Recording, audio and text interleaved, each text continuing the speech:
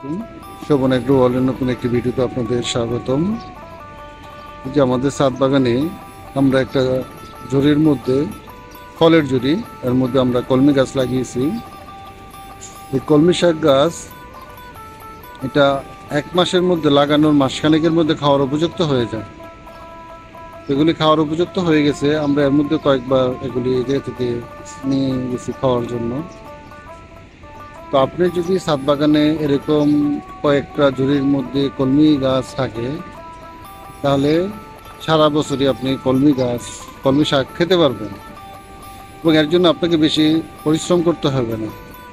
গাছ লাগানোর পরে আপনি আপনার কিচেন ওয়েস্ট, রান্নাঘরে যে কিচেন ওয়েস্ট আছে সেগুলি দিবেন, আর সাথে পানি দিবেন, আর কোনো কিছু লাগবে না। হ্যাঁ, এবং এই সারা বছরই আপনি ফ্রেশ কলমি শাক গাছ খেতে পারবেন। ধন্যবাদ সবাইকে ভিডিওটি দেখার জন্য। আল্লাহ হাফেজ।